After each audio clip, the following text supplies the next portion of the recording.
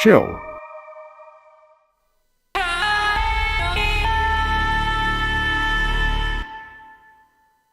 Welcome to VFX and Chill, everybody. And might I say, you are looking great today. Welcome to our exciting visual effects talk show, where I just have one question for you. Do you like sand? Seth, Michael? Yeah. No. It's a lovely reminder of the power of water repeatedly smashing into rock. Let me tell you how I feel about sand. Give me just a second. I don't like sand. Oh no. It's rough, coarse, yes, and irritating. And where the hell is the quote? Why is it not coming up immediately? It gets everywhere. It gets everywhere. Right, it does. Yeah, I think the real reason he doesn't like sand is he grew up in a very traumatic environment that was just surrounded by sand. So I think it has a lot more to do with his childhood than sand itself. So it's really more of a metaphor for, that crumbled past. Like in Star Wars, uses that like poetry throughout the rest of it. Yes, it's so subtly keep on written. returning to the sand, like as we all, come from and return to the dust. Right, yeah. So does the Star Wars franchise. All of it. Anyway, welcome to our Dune Part 2 episode of VFX and Chill, where we are covering Dune Part 2. Did it. We are going to be trying to recreate a couple of amazing shots from this movie. Why don't we start off by maybe looking at some of the shots from this movie? Let's look at some of the shots from this movie. It happened to win the Academy Award for visual effects, specifically D. Neg, who did incredible work as always. Which is French for the neg. And this here is a very cool scene. I'm afraid to play it in its entirety for fear that it will get us canceled. But I do think... Oh, okay, guess it's not going to happen. I made all those silly faces. I know. But so I think that I really like the scene where Paul is, riding the... Wow. Okay. Okay. All right, let's start over. I like the scene. This is where a Paul show-stopping moment. Yes, in which Timothée Chalamet, playing the character, the exotic name of Paul, is riding a giant worm. And we like it because look at that. Look at all that sand. Look at all that dirt. Look at all the grappling hooks. I like a good grappling hook. I don't get enough of them. I mean, I haven't seen like much documentary footage of people riding giant sandworms, but I would imagine this is as good as we're gonna get. Yeah, it's pretty great. Like it's so phenomenal. great to where I don't really know what's practical and what's been replaced. Like maybe the wide shots, I can guess, but these shots, especially where it feels like they are rigged to the worm and they are like, we're just getting out of our system, and they are like, these like shots from. I'm going all over the place. A lot of this, like a surprising amount of this, is practical as touted in their publicity campaigns, and a surprising amount of it is CGI. Because of how tattered the practical was in their campaign. Yeah. CG computer graphic animation. And I think that like this shot right here, it's so gorgeous. It's Look so at cool. That. It's so good. Hashi, you said that you said for camera-wise they studied what are the footage of race cars? So yeah, they were looking at there's this great live stream interview Ian Fales did with some artists at DNEG, and obviously this is shot on a platform that he's standing on, and they're blowing a bunch of practical dust and stuff at him, and he's in front of a sand screen, which is a cool visual effects technique used on the show. But the camera motion, they had an idea. They know it needed to be like shaky, kind of like you're following something at a super fast speed on telephoto, but they really nailed it. And it sounds like they had to dial it in a lot in terms of what the shake would present like. It's great. It's clearly it's great. It's like from very, very long, like far way away with a long lens. Feels like camera's like on a tripod, just following him as best he can, which is great. And this is like, these two shots are really my favorite from the sequence. Like I love how this stuff looks. How that's like you film that and you're like, trailer shot. We've got like this. Yeah. Oh yeah. So it's so cool. Yeah. And I'm sure like, so much of this right here, honestly, this could be entirely practical, to be completely honest. Like I do think that like in reality, like really dunes the upper up here, left part of the screen is all digital because there's a big fan there, but in the plate. Okay. But it's like probably a lot of the smoke as soon as it hits him is the smoke that they were blasting at Timothy on this rig. Turn it off. It really is a surprising amount. There's like, we're just going to totally, yeah. They repeat this shot again here, which has, oh wait, that's not it. Hang on. The scene edit detection got confused. Here we go. Oh yeah. Like, it's like it feels so much like the swells in the ocean. Like yes. Which in terms of like fear brutal. of how, yeah. Look at that. Little moments of clarity and then you just hit it again. It's so good. So, I mean, I just want to cover to the chase. I want to recreate some of this stuff. Like I want to, some of these shots, these sandworm riding shots. And we've done some prep in advance to try and see if we could actually do it. Spoiler alert, we can do it. It's very fun. We're going to walk you through how. But if there's other shots in the movie that you would love to know, like, what's the budget approach to this kind of a shot? Why not? Just drop it in the chat. Maybe we will get to it. Maybe we won't. And so speaking of the chat, I'm sure you all know what I'm about to say, but we are live streaming to a bunch of different channels. But the one you really want to be on if you want to be involved in the chat while we're here live is the youtube.com/VFX and chill. This is where the main chat is. You should subscribe to this channel. Also, go ahead and subscribe to any channel that you find this streaming on. Chances are it's got quality content that, if you like this show, you absolutely love the content that comes from whatever channel we are streaming to and from. Also, if you have suggestions for future episodes, maxonvfx.com/chillbox. But for now, if you have ideas, drop them in the chat, and Michael will throw them at us. Michael, anything before we start diving into stuff? Anything from the chat we need to discuss? Boss is Back Studio says hi from India. Jason Murphy waves. A bunch of other stuff has been happening in the chat, but Brian the White is saying, can you put the sandworm from the Oscars into the movie? Oh, the Conan O'Brien sandworm? They don't specify, but I assume. And Michael Palak would love to see Fonzie sand skiing. Fonzie sand skiing. From the episode where he jumps the shark, I presume. Excellent. Well, Seth, if you do want to cut to my screen, I do have some results of a preliminary test that we ran. We actually have this.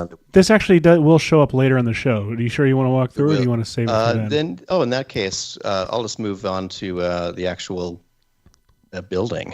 Oh, yeah. So what are we going to be working with here when we build? Like, what assets do we already currently have that we can All right. use? So we do have some cool assets. I found this one right here, which is by Alan Matthew,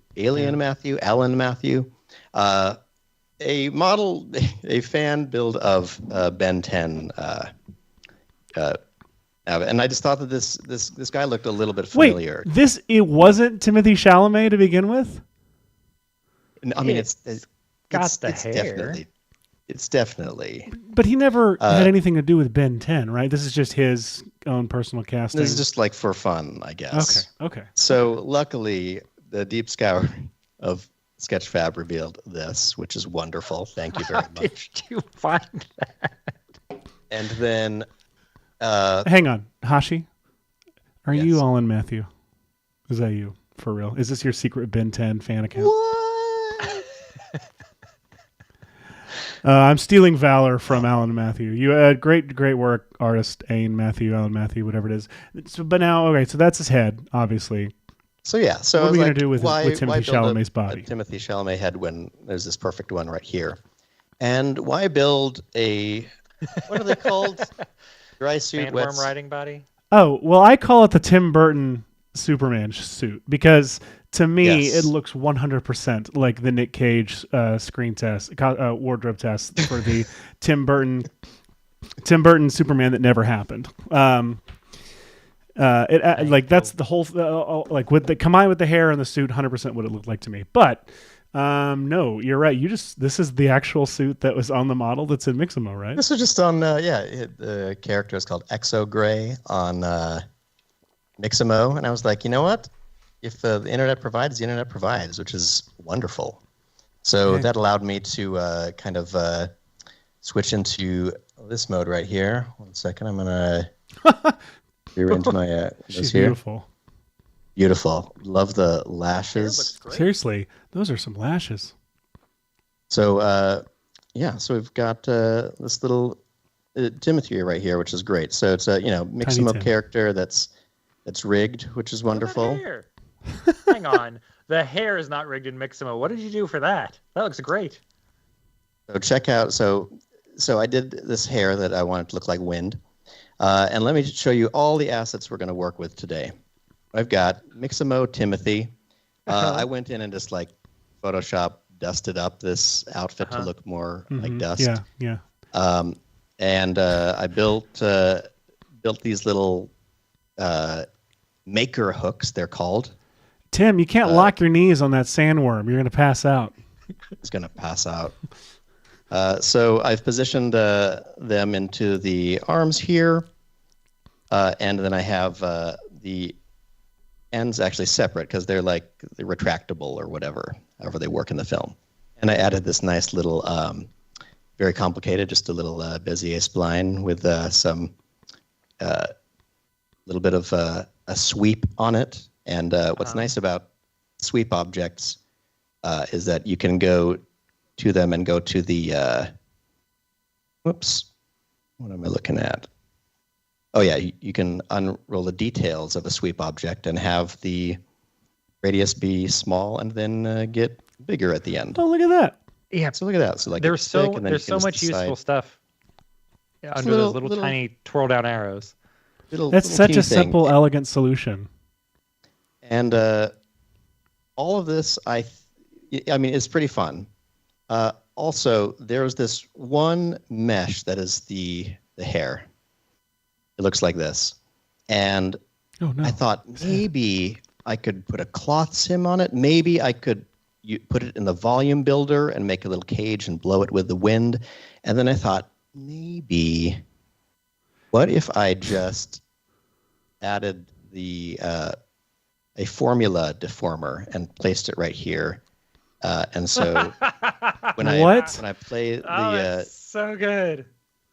So this deformer, if I add a spherical field to it, the spherical field holds the part still, but shakes all the little ends like that. And then I combine that with a friggin' Medusa, an additional but slightly offset formula field with a sphere thing that is sort of taking it and making, adding larger undulations on top of it. And then, I didn't repose. Let me see if I can delete these pose keyframes because I don't want them. You standing. This is what happens when you're in automatic keyframing mode. Nope. Why you should never. So that's fine. Let me turn off. I clearly have some. There we go. So yeah, there's those, and then this is my favorite. I added. I'll make them visible for a second. Some bend deformers. One that goes to the left, one that goes to the right. Oh my gosh! Like that. So check these out. They just kind of go like wow, wow, wow, like back Hashi, and forth come like on, that. man. No. And then Look at this. All 4 of them working together. Let me just hide the actual... Hashi, you found a way to After Effects in Cinema 4D. Oh, Oops. oh God. Sorry, dude. Sorry. Your face. Kill it! Oh. There it is. No. This is literally the most After Effects solution I've seen you do in cinema yet. It's so After Effects. And like not only that, like I put a little espresso node. So it's literally noise is what's affecting the bend, angle, and strength. Ooh, Michael just Noise going up. through a range mapper. But I don't want to get into the details Michael of loves this. his This noise. is because I actually think that in the end, It doesn't even matter. it doesn't even matter. I'm going to get rid of all of that stuff. His soul. And Go on. I'm going to probably add in let's see, what am I hiding here? Doot, doot. There we go. I'm actually going to add this Wow, when you take his eyes out, it's sand just... shield. I feel bad Yeah, that he kind of I needs deleted his them. eyes. They're gone. I'm sorry. Oh. And I did have a pair of goggles in here at one point as well. Let's see if... I don't know why I can't. I feel like I can't see the goggles. I can't either. I feel like I can't see them as well. Hmm. It's because the parent is... Oh, are they... The parent is glitches? said to be invisible. Yeah, you have to turn Oh, on yeah. the green light. Tell them to be... The top light has to be green, not the bottom. The top one. Whoopsie. There we Oh, go. there we go. Still no eyes. They Put some didn't goggles. solve anything. Still no eyes. But I figure the shots that we're going to try to accomplish, we're not going to need a lot of visibility True, we're not. in there. So why waste? So we don't need eyes because why? We don't need the visibility. Where we're going, we don't need eyes. So what do I What? have going on here? Why is this thing freaking out? I love the idea of Doc saying that and just everyone being like, sorry, what? And the movie Future ends. Stark Marty. Ridiculous. So right here, I have a fun little solution. I have this, let's see, this kind of head wrap thing around them. And I put it in a thicken deformer so it would thicken it out like that so there weren't gaps in between it. And then in a small group for the head wrap, I added a displacer, and under the shading tab, I added some noise, and the noise is set to animate in Z. So in like world space through Z, noise is passing through this very quickly. Now, So because it does, I mean, it does feel like it's going from front to back, like it should. Oh, it's so good, Hashi. And also, hello to you, Guarev Harali. We love you too. we love you. And technically, I should have this inside here. There we go.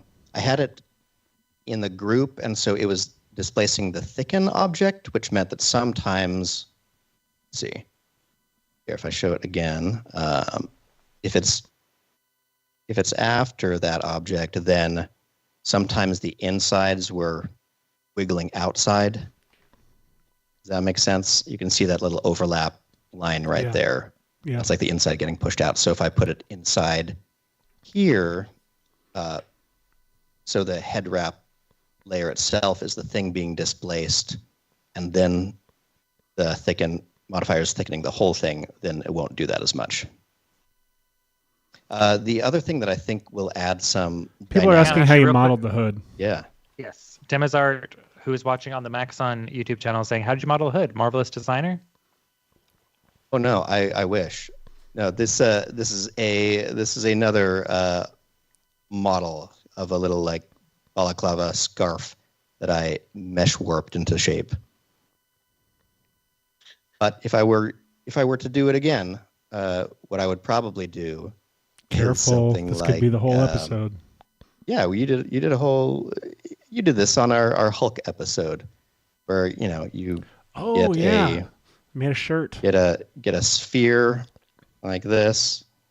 You scale it down, put it around this head, and you press C to turn it into geometry, so you can get rid of some pieces. Get rid of the bottom, get rid of the top. You could obviously do a better job of it if you wanted to. Delete that. And you're now done. You have this cool, basically it. But this is, it's not much more complicated than this, but I also didn't really do that. So it'll take at least this long. See, let's put a collider tag on the object. We'll put a simulation tag cloth on this sphere, and then we'll say on the surface, we'll say target length is like really low. Yeah. And then we'll go first frame. That's go to great. first frame. First. Oh, that works. There we go. Nailed it. That's So obviously with some more subdivisions and stuff like that, this process is actually a pretty good one. And Seth demonstrates it really well in something else. Because look, if you put this thing inside a subdivision, Mhm. look at that. Look at I Look mean, at that beautiful, majestically modeled cloth. All right. for so a, that was for, a fun for for a different way of doing it, there's a really cool live presentation that Chris Schmidt gave at NAB a couple years back called "Folding Cloth, Paper and Origami in Cinema 4D." The link for that is in the chat. But yeah. If you're going to you- choose between whether to learn Yeah. something from Chris or from me, definitely pick Chris. Please. For some more cool dynamic stuff going on in here, I'm adding a rectangle. Love rectangles. It's going to put the rectangle kind of right here. I'll maybe scale it down a little bit because in that clip, he had like a piece from the scarf kind of floating off of it a little bit. clapping, Yeah. yeah. Yeah, so I'm just going to move this, kind of rotate it around to about this angle. I'm going to press NB to reveal how many divisions it has, and then kind of go look and try to maybe make these a little bit more square. Yes, for simulation and for texturing UV stuff in general, having things be fairly even is a good way to go. So I'll just say that's close enough. And I'm actually going to press C to bake this geometry because I want to use my grab brush, which I have docked to my interface. You can modify and customize your interface as you like. But if you need them, they're also under mesh brushes. And then there's a whole bunch of sculpting brushes right here. You can even tear off the panel and use it. But I just like to keep it handy right here because I often just want a little something, like a little shape right here. Looks like I still have symmetry on. I'm going to turn that off. And I'm going to take this piece of cloth and sort of bend it to look a little bit like it's disappearing somewhere into this head wrap. A tenacious little corner there. Won't get in there. Jeez Louise. All right, so something like this. And then one other thing that I often like to do is I'll take this plane here. I'll go to mesh. Actually, I think I need to go to poly mode and then mesh, add poke polygons. And now I can grab this little brush. I'll make it smaller, and I'm just going to go doop, doop, doop, doop. Nice. That ragged edge. Check that out.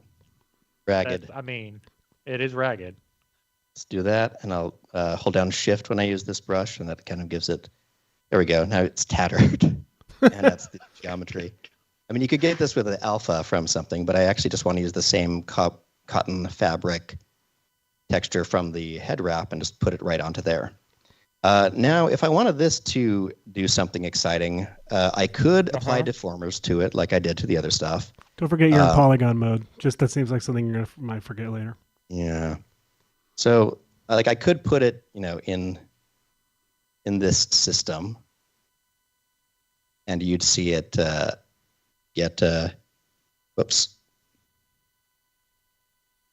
I guess in this system. Are you going to use a connector, or what are you going to do? And so you could do something like that, but that's not perfect. very exciting, right?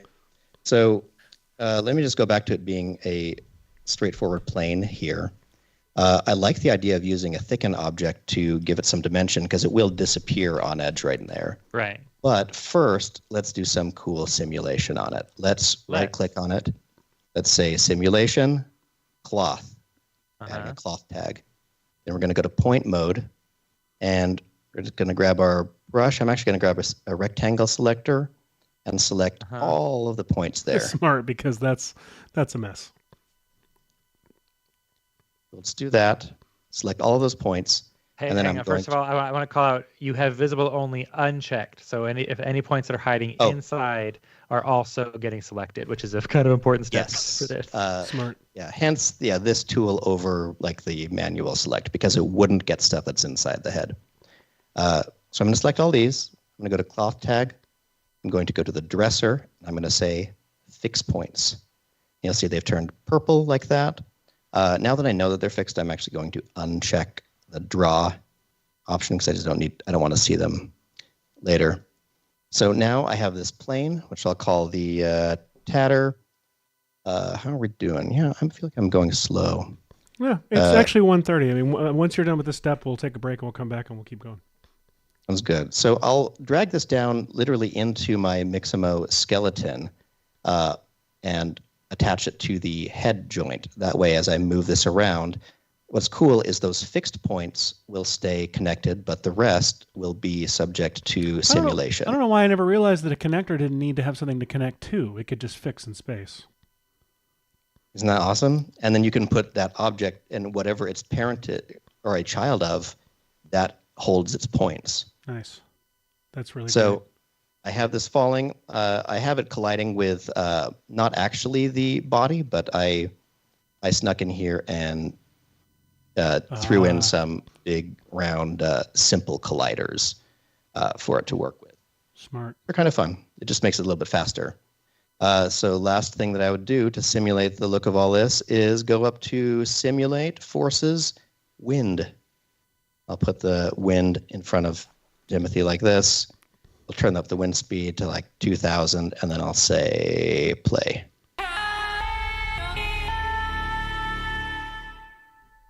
Okay, that was a little underwhelming. How about we go to the simulation forces and add some turbulence, and we just crank that sucker up. And so the scarf is going, and then let's turn up the wind a little bit more. Spider-Man, turn up the wind. Because we want, more chaos. I mean, it's already looking like it's being blown by the same wind that's blowing the turbine part. Right. We just need 100% isn't. We need violence is what we need. Just we do. So everywhere. I think that I can turn up my turbulence object, and I'll change its scale. There we go. So, there we are. That's it. It's working. Done. Excellent. We're going to take a small break, and then we'll come back and show you how to pose this character.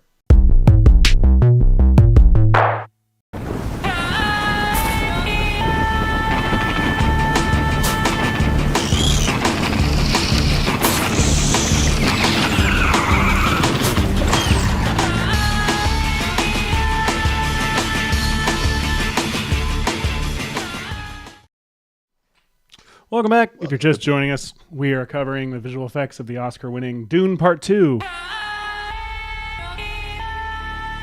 Hashi was just showing us he has a Timothée Chalamet model that he's put into a really cool mix. He kind of like took a Mixamo body and retrofitted it, or whatever the right term would be. Modded it for our purposes, did a bunch of other cool stuff. Just go back in the episode and watch if you're just joining us late. Now we put him on a worm. Hush, have we talked about what this worm is that he's standing on? So I grabbed from the Megascans collection. Megascans. A little rock surface. It's pretty great. Yeah. I did curve it into this delightful like toenail curve. And I just thought that it looked a little bit like a big, scaly sandworm kind of thing. It does. I mean, it's obviously some rocky ground, But that's what I mean. If we look at the freaking reference, that's what the surface of this thing looks like, right? It's like when you like see like X-rays of what a hair looks like all the little like gross flakes and stuff on it. We have, let's see, there's only close-ups of them sinking grappling hooks into it, but like it looks like this rocky surface. Like, and you're right, yeah, it totally looks like close-up of hair follicles. It's like Honey, I Shrunk the Kids. Yes. Hair follicles. So yeah, right. So we've got that. There are many similar things for free on El Sketchfab. And Spanish for the sketch. Maybe take this and angle it a little bit, because I kind of like that there's this ridge on the front of it, because I feel like these worms are sort of segmented and they have little things like that. Actually, is this edged a little bit better? You are right. The worms are segmented, and if you chop a worm in half, then like each segment can survive on its own. Is that the same with sandworms? Oh my gosh, maybe that's why there are so many. I was reading up on it. It's very hard to kill the things.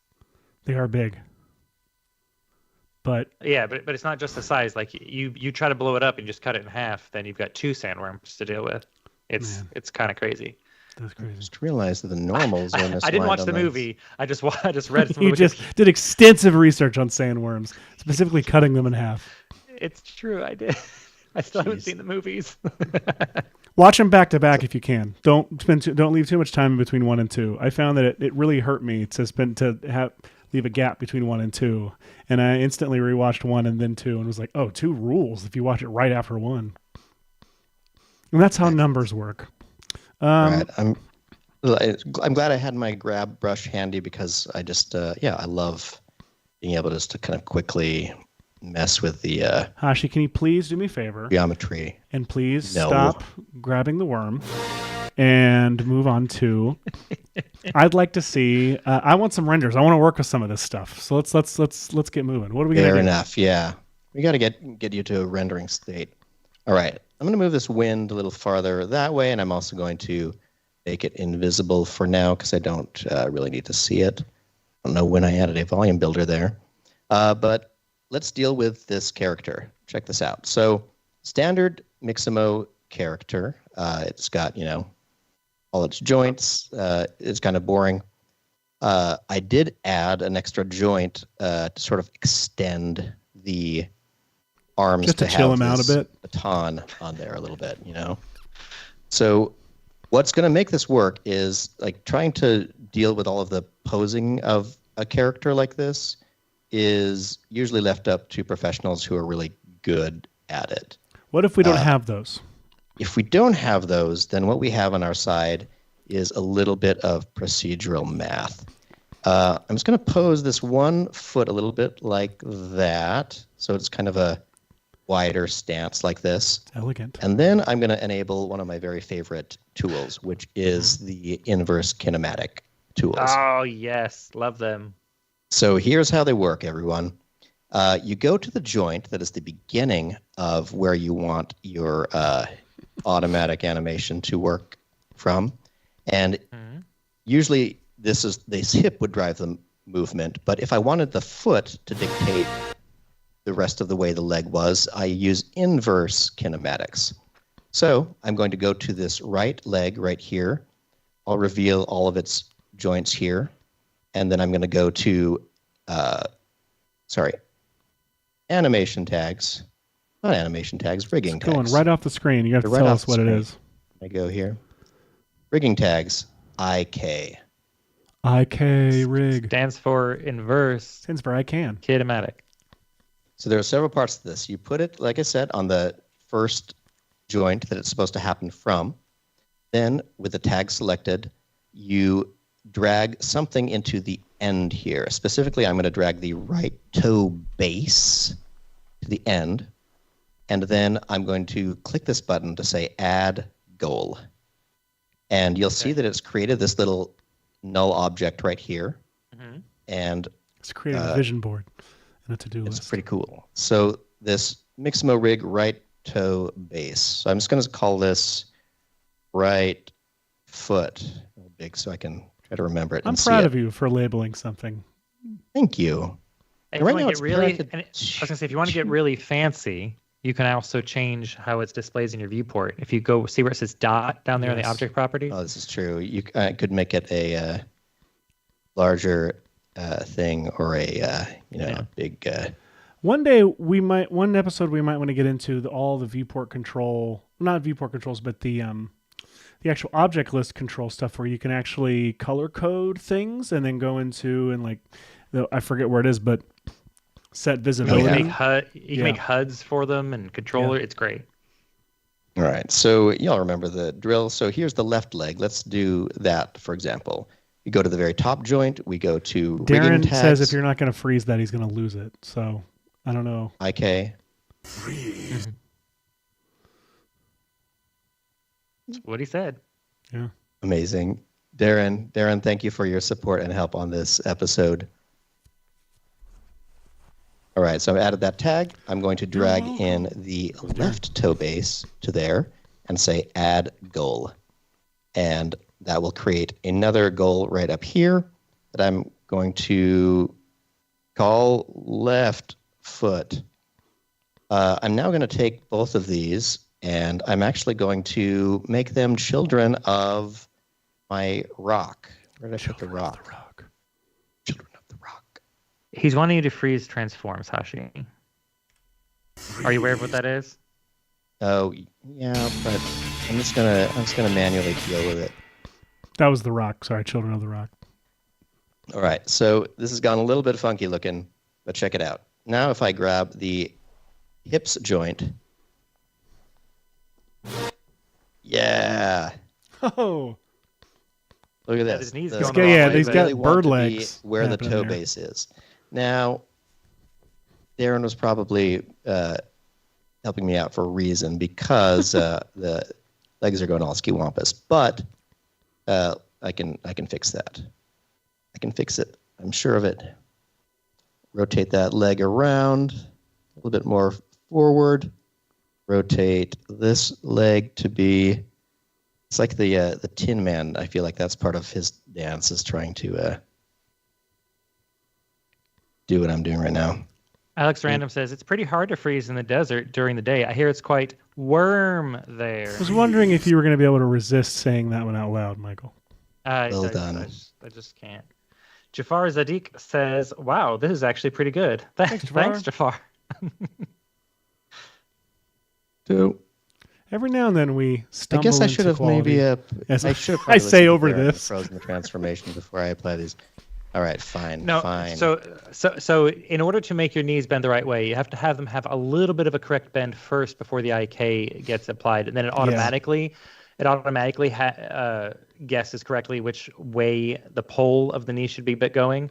The freezing transforms is just it's a very handy little button. You can do it for all kinds of things, not just for legs in Cinema 4D, to where all it does is it kind of hides the transform settings and makes everything 0. So that you can always reset the foot position, in this case, back to where you want it to be by just hitting 0, 0, 0, 0, 0. I'll show you. We'll show you what that means here in a second once Hashi gets All right. So to settled. quickly fix this, I went to my rotate object. I'm checking per object transform. I'm going to select the left leg up and left leg, right leg up and right leg, and then I'm going to just grab this axis and turn them down like that. Now they're both kind of bending. Let's grab the right leg and left leg, bend them like that. Grab the two right legs and bend them forward again. There we go.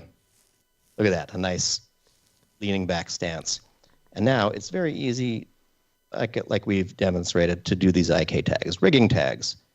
IK, let's drag the right toe base into there, add a goal, right foot. Same thing for the left leg. Rigging tags. IK. Left toe base. Add a goal. Left foot.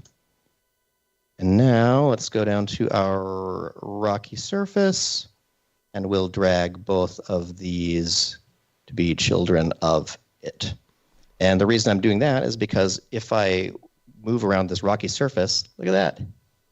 Look at that. Look at that. Pretty cool. Hey, if you're interested in learning how to rig, there is a really cool series over on the Maxon Training Team YouTube channel. The link for part 1 is in the chat. It starts off with some more mechanical riggings, and then as you go on, I think part 4 is when it goes into full-on character rigging. But you want to start with the basics of how it works in Cinema 4D first. So check that link in the chat, or go to the Maxon Training Team YouTube channel and just type in rigging. Intro to rigging in C4D part 1, fundamentals of rigging, is where you want to start. Now, for those wondering how the characters in Dune, like, where do they go to the bathroom? How do they relieve themselves? Like, Hashi here is clearly exhibiting the They squatty just potty poop on a worm. stance. I was going to bend that toe in to give it a bit of that. All right. So now I've posed my legs just by moving these two things around. Oops, sorry, right toe. I was looking at you from just one angle. There we go. All right. And now let's do the same. Now, Paul, push. It's time to push. Time to push. All right. So Hard to do I have with these those two things. hooks right here.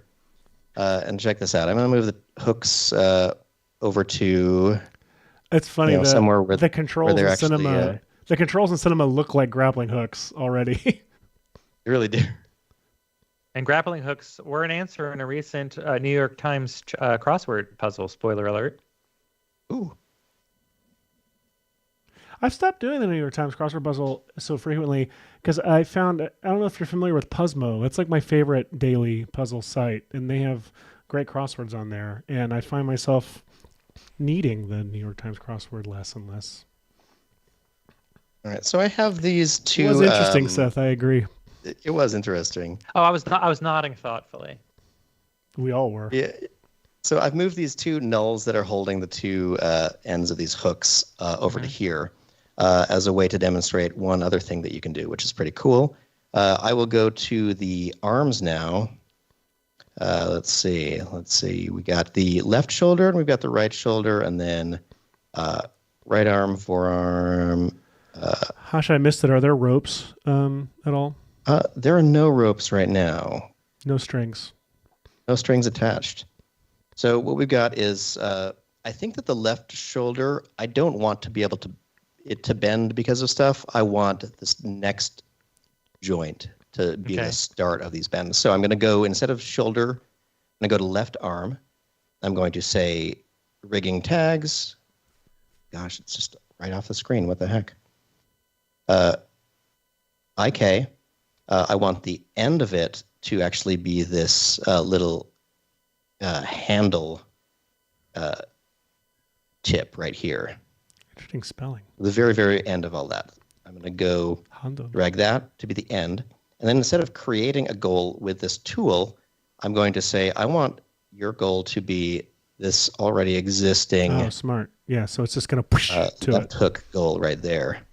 Boom. And now, look at that. I can barely see it on the stream, but I believe you. It's there. In fact, I can't see it. So his arm's going to be pointing always at. I see. Always hook. at that. That's I'll handy. do this, and I do the same thing over here on the right shoulder, or not the right shoulder, the right arm, rigging. Goodness gracious. So I think it's because I'm zooming in on my screen, even for me.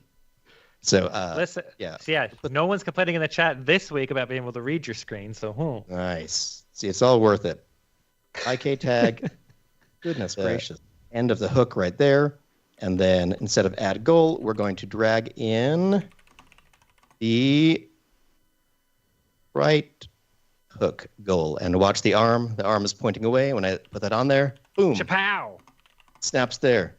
And now this is the fun part. Check this out. If I grab the hip joint now, I can do all of this really cool stuff. Look, I can stand, duck down, lean back, and his arms and legs are always going to be pointing to that spot. Isn't that cool? It's so cool. It's Can you so rotate? Can you cool. rotate the hips or just move them? Let me see. I'm going to turn off the visibility here for all this rigging. Look at those Oh, I abs. guess it's going to stay visible, whatever. Let's see. Rotating the hips is great. Check this out. I rotate them, like you can kind of change like if he's leaning forward or backward kind of, and like also, like get this really cool motion out of it. Wait, I'm going to do one more thing. Do it again. Give me the motion again. I want two ways to control this motion. So first I'm going to add this. I'm going to go to the spine, the lowest spine, and then I'm going to say rigging tags IK, and I'm going to then choose the top of the head, which is after the neck, head, and then somewhere down here is head top. Okay. Boop-a-doop-a-doo. Head top, and then I'm going to say add goal. And if you see this object, it's pretty cool. Let's see, where did it create it? Did it create it? Whoops. Spine. I just saw it. Head top end. Top goal. Where did it go? Head top end. Demazar is saying, is the joint thing pointing to the hooks a better way than the target tag? It's just, they're doing similar things. If he ended up getting a lot closer to where they were, then his arms could then bend using the inverse kinematics tag.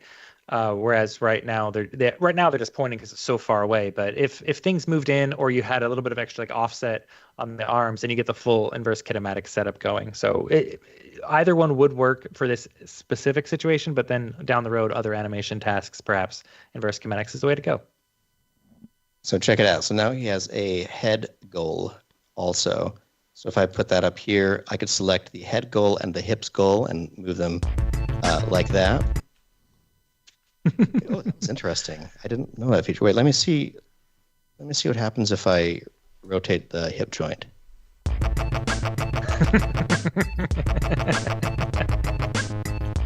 Oh no. Timothy. All right. We should keep going.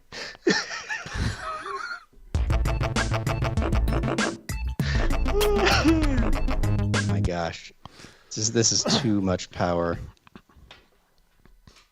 All right, so as y'all can see, these hooks control where the arms are pointed, which is very it's very funny to watch. Pew pew pew pew. But say we want a string to go between these two, and in fact, we want a string to go between these two. String. Thank you. You get it. All right, let's hide this skeleton so we don't have to see all of that. No, perfect. See that. Now I cleverly ahead of time in these two batons, I put a little null object right on the end of the hook handle. Paul, that comment is so stupid, but it's exactly my humor. Sorry, just wanted to compliment the Bob Dylan joke. Keep going. So let's add a cool object in here, which I've barely ever used. It is, right here, the tracer. So I'll add this tracer object, and because I had the left rope start selected, it adds this. But I'm going to add one more point, which will be the left hook end right here. And tracing mode, I'm going to say connect all objects. Look at that. Now I have a path that's going from that null to this null, no matter where they are in the screen. And I can even I can duplicate that tracer and say instead this is supposed to be the I guess I have to go back into there. Left rope. Where's the right? There we go. And instead we'll do the right rope start and the right hook goal. And now look at that. Tracer is drawing a line between the two, which is really cool. Hey. And then now you could use all of it, having it go from the one hook, from the arm to the hook to the other hook back to the arm. But if you want to have any variation in the thickness of the line, it's a lot easier to do it if you just have one line per rope. Yeah, just heading off that question at the pass because I know it's going to come in. Good call. Let's do a little sweep, and we'll put a little end side inside it with it's like 0.5 centimeters big. And I want to sweep this little end side along this tracer. And now, if you can tell, it added some must be drawn to here. this, which is cool. Actually, there's two readings of that, Pollock. There's the line must be drawn here, which is from the trailer. Wait, one's from the trailer, one's from the movie. Hashi, keep teaching. I'll figure this out. We'll keep teaching. Unless you remember which is the fast or slow reading in the movie. I'll duplicate that sweep, but put the other tracer inside it. So now, look at this. Now I have 2 ropes, and I have Timothy Chalamet all ready to go here. So I've almost used up the whole first half of the show setting this up. But the cool thing hang on, Hashi. I want to try one thing real quick. Can you search in the asset browser for catenary? What? Catenary? C-A-T. I think there's a catenary. It's a category. It's a node operator somewhere. I think it's in here. I can't remember. One of these, probably. No, keep going. Node operator. That one. Catenary. That one. Yeah, can you put that on one of the tracers? I just want to see if it'll work. Promo just out of curiosity. Surprise. All right, now make it a lot less. Oh a my lot less. God. Make the power a lot less on it. Amazing. And then you get just a little bit of sag on it. Oh, wow. Just my goodness. Parametrically sagging or going up. So it's just a quick way to just, I just wanted to see if it would work. That's it. It does work, curious. and I love it. In fact, I'm going to copy the other one. Patrick GG was just asking about that. I'm going to copy it to both of the tracers, and then I'm going to go into this espresso editor that I have here, and I'm going to quickly copy noise and range mapper, and then I'm going to go to the catenary spline modifier, to drag that into here, this one, and I'm going to drag this one in there too, and say basic properties. Oh wait, there are 2 sags. Oh, sag type is probably the first one, and sag amount is probably the second one. Probably. But Demon's are saying catenaries for loose ropes, these ones are tight. Yes, but not all the time, possibly, maybe. I just was seeing if it was in there. We're just playing around. Yeah. And I have an important update. The fast reading. I have an important update. The fast reading is from the trailer. The slow reading is from the movie. The line must be drawn here. All right, anyways. Beautiful. Okay. It's going to take the value, this noise value from 0 to 1, and I'm going to remap it. That's what this range mapper is, from -1 to 1. So just a little bit. I'm going to drag it to that, and I'm going to drag it to this. Whoa. Okay. You're going to need to remap those values some. Apparently. So maybe this isn't, it's thinking percentages, so. So you want negative 0.01 probably. Oops, yeah. -1 and, 0.01. And even that's a little bit much. So let's do 0.05. And I know it's going to bother somebody. Yes, when Hashi was doing stuff, he deleted something. That's why that object is yellow in the espresso tag. Don't worry about it. Huge twist. The long reading Must be drawn here. is in the teaser. I don't know which is in the movie then. The chat has already told you the subtle lines of the trailer, angry. But look in the teaser. Must be drawn here. But in the trailer, we just watched the trailer with the fast version, so clearly there was a decision somewhere between the teaser and the trailer to put the angry version in the movie, which is better. Anyway, Wow. Yeah, is way Anyway, better. I know this was so unnecessary. No. It's okay. It's okay. I know what I'm doing is important, but what you're doing is just as important, Hashi. Yeah, I definitely want to see this in comp as well. Maybe we can have a longer break while this renders. I was talking about Patrick Stewart's reading of "Line Must Be Drawn Here" as my work. I'm doing actual work on this episode. We'll see. Let's fix the head. Let's do, now that we have all of this animation working for us for free, we've got a vibrate tag on the, what is it on this? On the worm world, which is this whole unit together. So vibrate on the worm. Vibrate on the worm. We've got Timothy looking back like this. I'm going to close my material so I can just focus on this. I'm going to create a new Redshift camera right here, and I'm going to back it. Whoops. I'm going to back it way off. Every time. Back that thing Every up time. immediately. Here. And then let's change the focal length to like a 200. Actually, no, this one actually was No, less this than one, that. let's This one's look. like- Seth always saying, why don't we look at the reference? I know. That's the difference No. between me and Hash.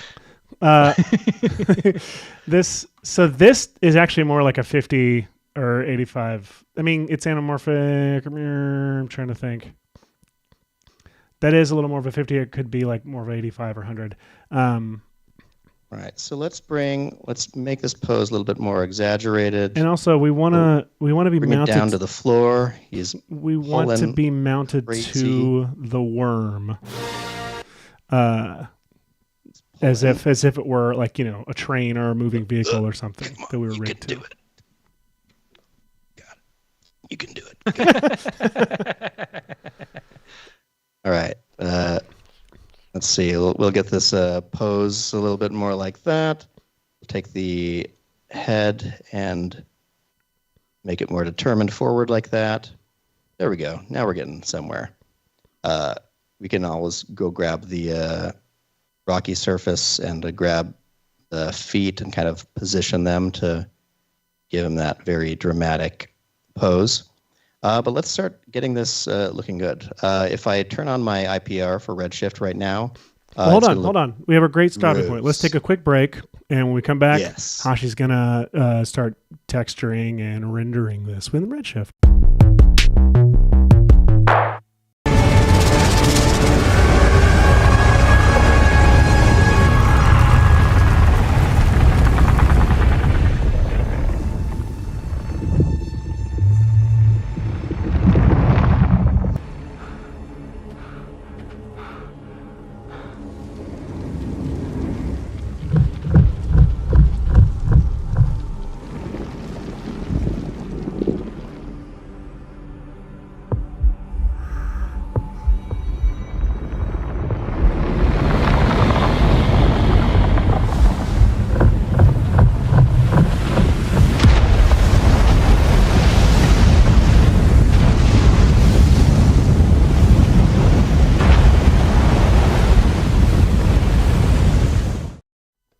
Welcome back to VFX and Chill. If you're just joining us, we are Dune VFX from Dune Part 2, Oscar-winning Dune Part 2. Hashi has done a whole list, and he's about to start rendering using Redshift to texture and light and render it, and then I'll comp it. Hash, get started on this. I got to run to the restroom real quick. I'll be right back, but I'm going to leave it on your screen. Excellent. So here's what we're going to do. We're going to grab this Redshift camera, and I'm going to put it inside my group that's called a worm world.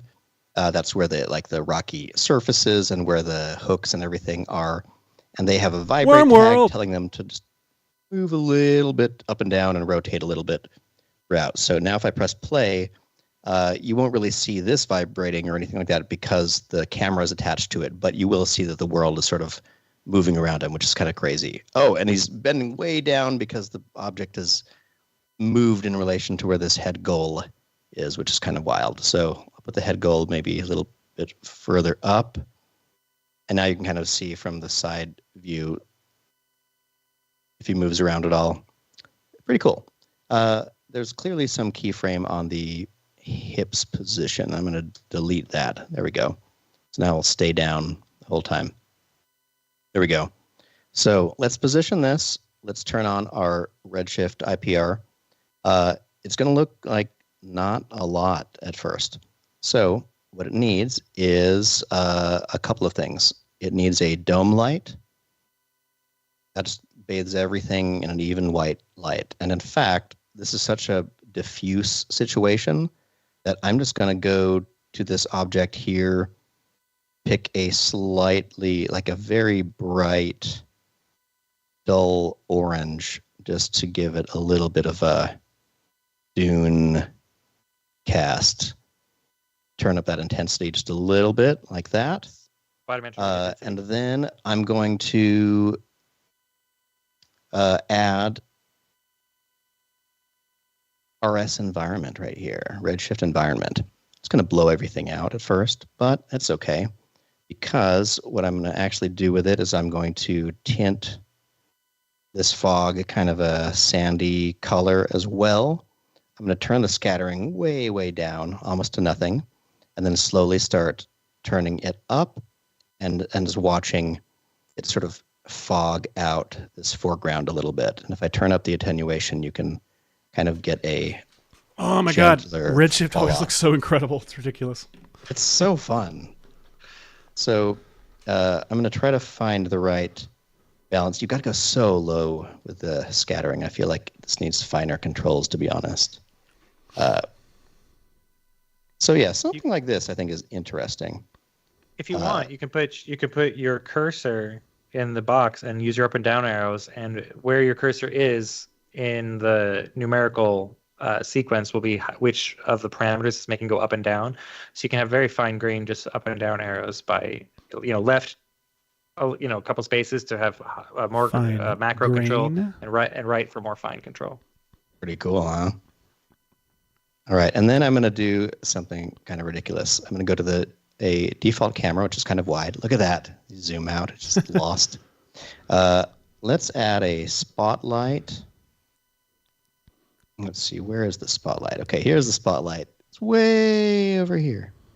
I'm going to rotate the spotlight down toward the action. And it seems dumb, but I promise it'll be pretty cool. No, we need some kind of definition here, because these progressive renders are starting to get to me when they're just orange blobs. Let's check it out. So boom. Darren points out that you could set the dome light contributions to volumes to be 0.01, and that would also make it less fogged out. Oh, this is true right here. As a heads up. Yeah. And turn that down. So, no, to the volume, not to camera. Whoops, volume, yes. Oh my gosh, it's like total eclipse of the worm. God. Okay, this is wild. Like, wow, look at that. I'm sorry. This is like... Look at this craziness. This looks like the loading screen for the Dune video game. Oh, yeah. Where it's like, look at these assets we worked really hard on while you wait. Assets. Incredible. Incredible. There we go. I'll get you a picture for assets. Incredible. And now I'm going to create a plane. This is going to be very silly. Actually, I meant to click on the spotlight and press Shift and create a little plane. Oops, I'll rotate it 90 degrees. And this is very silly, but I'm just going to do this and block out all of the light with this little thing. I'm making a practical gobo here. The reason I'm making a practical gobo is because I want to quickly create a Redshift material that I go in here, and I'm going to add some Maxon noise. For those curious, a gobo is a dark plate or screen used to shield a lens from light. It's a partial screen used in front of a spotlight to project a shape.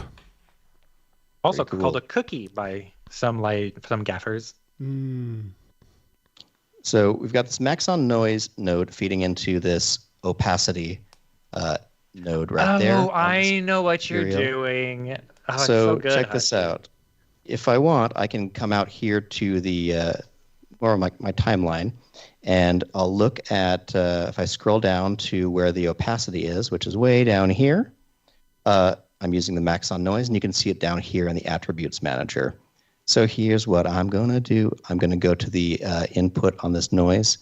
I'm going to change. I can play with the scale a little bit.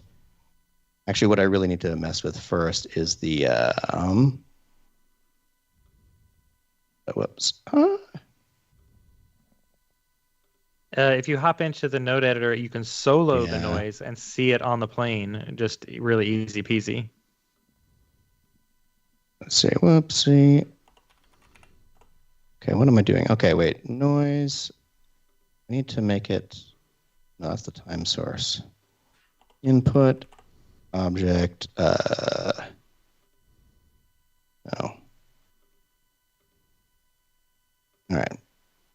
output, I want the contrast to be higher.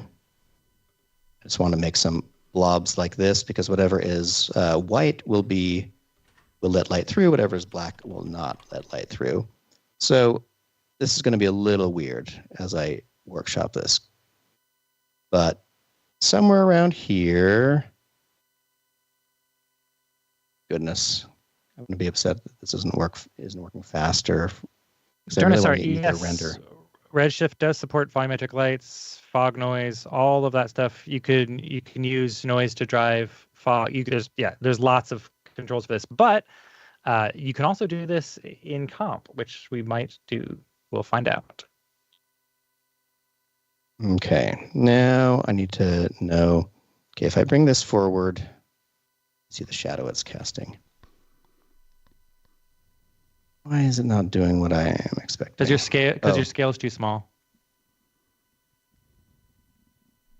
Put it like up to 5,000. Just for a second and see if it helps. Oh, well, then that might be too big. Try 500. See, so I know that it should look like this. It's not on the light to the plane. Hashi. Sorry. There we go. Sorry. Swear jar. I didn't attach it to the plane. I'm sorry. Thank you, John. John Birmingham from England, Ireland, somewhere across the pond. Incredible. If I remember correctly. Where are you watching from, John? Hey, that's embarrassing. Anyway, all of you can tell us where you're watching from while we're at it. So I'm not Please just curious do. about John. John, you're Safety Dance, John, right? Who submitted the Safety Dance video that one time? It comes up in my head more often than you think. I don't know why. I'll think of the Safety Dance, and then I'll see like 50 of you dancing to it regularly. I think of you often dancing.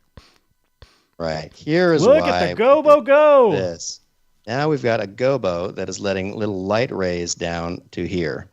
Now we can do a couple of cool things. We can go to the shadow and turn the softness up a little bit, and I can also go to the material setting here for the noise. Let's go down to the noise settings, blah, blah, blah, blah, blah. Let's try scaling it down now, just getting a bit of broken up light. Yeah, look at that. There's this fog like flying over the dude. Let me see if I... now, are you wanting the actual volumetric like beams, or are you just wanting the... Just want the result here, yeah. Which I could technically go to this light here and say, don't contribute to volume, just contribute. There we go. Look at that. Look at it. Look at it. So now, check this out. We're going to go to the to the materials options right here. I'm going to, let's see, wait, will this offset it? No, this won't. That won't because it's procedural. So I'm going to go into here. I'm going to go down to, what am I going down to? To offset. Right? Yeah. Check, put a little keyframe there. I'll drag that to the end and go back to the beginning. I keeps on deselecting like that. And I'm going to guess it's in Z that I want it to move. Well, it's a combo. It looks like it's going diagonally. You can rotate the plane if you want. See, I'm going to try playing this a little bit and seeing what direction it looks like. I think it's moving diagonally. If it's moving diagonally, you want to rotate the plane. Yeah. Oh, and I forgot to... Why didn't it keep the keyframe? Okay, offset. The 300. And at the end, I want you to offset by 0. Okay, so let me see. If I just frame through it... Set the keyframe first. Okay, he's good. on auto keyframe. Oh, I keep forgetting. Gosh dang it. Okay, so that's definitely the wrong way. Let's just go up here and rotate our gobo like so. Let's see. Now if I go G. Yeah, Darren, we don't want to animate the noise. We want it to move like offsetting wise. Sort of. Yeah, it'll be like it's sort of like moving and sweeping over him. Yeah. Okay. So shut up, Darren. This is close enough. Please don't. Please never shut up. Here we go. So, I think you'll find that the noise can automatically animate a direction without the keyframes. Oh. Well, I believe you. This isn't. But Do it right and chill. Or VFX Yes. and get it right. So I'm going to go over to my render settings here. I'm going to say output is HD. I'm going to save. I'm going to actually do this in a weird way. I'm going to do a regular image of the beauty pass. And then I'm going to go into Redshift. I'm in the advanced tab right here. Going to AOV, which are enabled. Then I'm going to go to the AOV manager. You can also access that right up here. And I have added a depth pass to here. And under depth, I'm setting it to direct because I actually want a separate file because we had some weird stuff happen when we packed these into an AXR last time with color spaces, and I want to deal with that. So we'll directly render an output of the depth. And what we're going to do is the Z normalized inverted. That's my favorite. And I'm going to use the camera near and far depths for to define this. Now, if you want to preview what your depth map is going to look like, what you need to do is you go to Redshift up here, and you need to switch to bucket mode. And when you switch to bucket mode, then you can go up here and say Redshift, AOVs, and your depth will be available. And now you can sort of see what it's doing. And now if I were to go to my actual camera right here, wherever that is in Worm World. You should have told me you were going to have a whole thing called Worm World. I would have made a drop. I know. So check this out. So if I check marks that plane, now it's all kind of one tone. And that's because if I turn this down, at some point, probably around 2,000 or 3,000, you'll start to see that if I have my camera cut off just past this, you'll get a whole lot of, okay, so that's too much. I don't want the camera to cut off that much. I want the camera to cut off after the end of it, like that. There you go. And I can also start the clipping plane further forward. You can see that I could turn it, all the way up to 640, was it? Oh, yeah, see, that's actually cutting off the very front of this object now, so I want a little bit less than that. So if I dial this in, now I get the best dynamic range of this depth map. And then I just give it, in my render settings, an output path for Seth to grab right here. I'm going to save them to a little path for you, and I'm going to render all frames. What do you say? When we come back, Right. I'm going to comp this shit.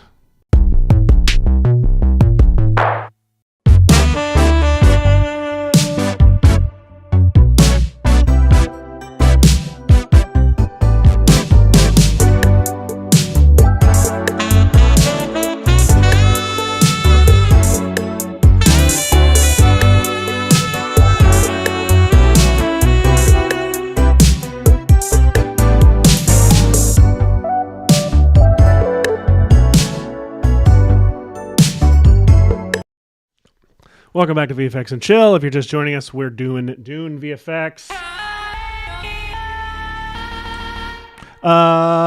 Wrong buttons. So, now Hashi has rendered this stuff out. So why don't I dive into rendering it? I've got, in this comp... Hang on, really quick before you do that, I need to call out, Darren says, you can make a material on and apply Maxon noise to the environment input on the output node and put that material on the RS environment object and get automatic smoke, haze stuff blowing through. If we're wanting to get volumetric, foggy, smoky stuff blowing at the camera. That's a good idea. In That is render. cool. I couldn't figure out how to procedurally link like the gobo texture if it's an image. You can link it to a video file that is moving or whatever. But you can't attach it to a texture. You can actually apply a texture to a light directly without having to put a plane in front of it now. It's relatively recent addition to Redshift is with the new node materials. You can put them just on a light now, which is very handy. Nice. Didn't work the way as it expected yesterday. But Seth, what were you up to over there? Well, I've got your render. I've got three things here in the comp. I've got, in fact, I'm just going to get out of here because I don't need these references anymore. So I have the render, I have your depth pass, and I have the original reference, which that's kind of fun to see them, back to back. So, there's a couple of things I also have down here. I've not dropped them in, but I've got some stock footage from some of our favorite places. I've got, let me see, from actionvfx.com. They've got this great Blizzard stock stuff. And that is great. I like that. So this is Blizzard Mist at Cam 1. This is Blizzard Mist at Cam 2. And I am thinking this first one makes for pretty great background. Feels pretty good. That we can blend into it. So I'm going to go ahead and drop it down here. Drop it down. Look at that. This is what things It's are looking even like. the speed of the gobo. So, the gobo. Yeah, the gobo looks so good. So check this out. If I... It really does. First off, the This looks Blizzard's like an not effect moving like out of fast enough. Like the Lynch Dune right now. Oh, yeah, it does look like a Lynch Dune. I could totally believe that as a comp from... 100%. This Blizzard isn't moving fast enough for me. And I also noticed that the size of it is actually, it's wider than the actual frame of the comp itself.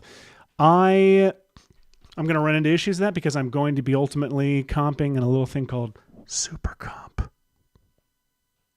Supercomp. There you go. And so I'm going to be using set mats instead of track mats. So I'm going to need to pre-comp this here Blizzard. I'm going to call this Blizz 1. And I'm going to go ahead and pre-comp it. He's saying move all attributes into new composition. And that is Blizz 1. Now, I'm going to go ahead, duplicate it. Name the second one Blizz 2. And this is important. I'm going to go find that pre-comp and I'm going to duplicate it here in my project. And then I'm going to drag this down, holding Alt, and replace that Blizz 2 there. So these are two separate comps. So if I go in here and I turn off Blizz 1 and I go into Blizz 2, it's still there, right? So these are two different comps. I'm going to come back and work on them both in a second. But for now, Blizz 1, I'm going to start by speeding this guy up. So I'm going to apply Time Warp. And it's by default set to 50. I'm going to set it to 200 and let's see how that looks. That's pretty fast. I wonder if 300 is too much. I mean, I think that's a pretty nice... I think so, actually. That feels... That's like nice. it's Now, hitting me in the face. one thing that might happen is I'm gonna run out, like, the end, it runs out of footage. Oh, yes. At the end. So I could loop this, but I'm lazy right now, so I am just going to go to the last frame in the main comp. I'm just going to crop it. I could find a way to loop this, with some Might as well. crossfades. These are from Dune, so I made the shots a little extra long. Yeah. I went ahead and just cropped it so that, it's running. So that's nice. While I'm also in there, let me think. I'm going to need to recolor it. Let me see if there's an alpha. I don't think. This does not appear to have an alpha channel. So I'm also going to need to get rid of this alpha channel. And a really easy way to do that, I'm just going to say set mat. Seth Matt. Wait, not going to do it in here. What I could do, if I wanted to, with Time Warp turned off real quick, I could just apply set mat, keep it to its own matte layer, and just say luminance, because it's black and white. And now it gets rid of all the black. But if I turn on Time Warp, let's go to a later frame, it gets weird looking, right? Do you guys see that? It's like, Yeah. why is it changing? It's because set mat does not, when it's taking a mat from itself, it cannot read any of the effects that happened before it or any effects at all on it. As a good book says. It can read that from other layers, but not from itself. So this is partially why we did the pre-comp is for stuff like this. So if I go back in here. Oh, I was going to say, why you could use Universal Unmold. I could. However, I don't know if I've got something happening to where Unmold has been tricky with me lately. I would absolutely. Okay. That'd be the first thing I would go to. But it caused a crash recently that I don't fully understand. I think it was a previous build, or I just there was a recent fix for Unmold that fixed the crashes that it was having in AE. Oh, great! And so Bob Walmsley's in the chat. Hi, Bob. Hey, Bob. So it's working And while again. we're So I would talking about the use chat- Unmold right now. While we're talking about the chat, Oberon is asking, do I need a university degree in visual effects to work in big studios? Please answer my question, and thank you. You just need to know how to do it, no. and you need to be good. VFX and chill. Yeah. No, you don't need a university degree to be a VFX artist in a big studio. No, you just need to know what you're doing. So that practice. said, if you go to a good university, it will help you to know what you're doing. But Right. I can't give that from personal experience. Set matte. I'm going to apply here in the main comp to the pre-comp, and now I set it to luminance, and it's because that time warp is in the pre-comp. It works just fine. Again, universe on molt. This would work totally fine. I just need to reactivate it. I turned it off. So that's one blizz.